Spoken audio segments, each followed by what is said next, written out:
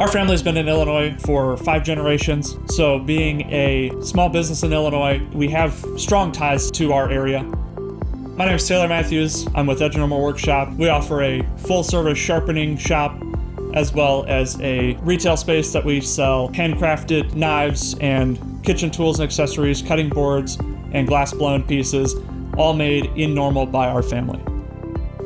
In our experience, most people have never had a knife sharpened professionally. So most of the feedback we get from our customers is how much of a joy it is to use a properly sharpened tool. My background as a professional chef means that I've spent hundreds and hundreds of hours holding a knife, breaking down everything from whole sides of beef to tons and tons of produce. And so using my background as a chef, I can directly translate my experience onto the blade.